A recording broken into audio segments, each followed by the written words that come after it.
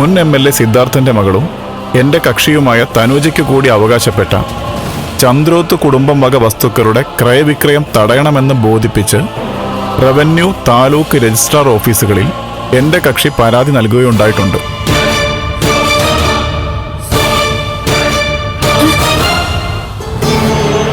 ആയതിനാൽ ചന്ദ്രോത്ത് കുടുംബം വക വസ്തുക്കൾ എന്റെ കക്ഷിയുടെ അനുവാദം കൂടാതെ കൈമാറ്റം ചെയ്താൽ തുടർന്നുണ്ടാകുന്ന കഷ്ടനഷ്ടങ്ങൾക്ക് താങ്കൾ മാത്രമായിരിക്കും ഉത്തരവാദി എന്നറിയിക്കുന്നു.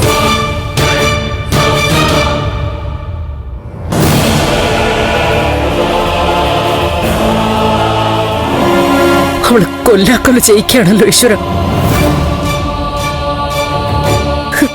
മടുത്തു. ജീവിക്കാൻ സമ്മതിക്കാതെ ഒരാള് പുറകെ നടക്കുമ്പോ ഇനി വല്ല കൂട്ട ആത്മഹത്യയും ചെയ്യാം.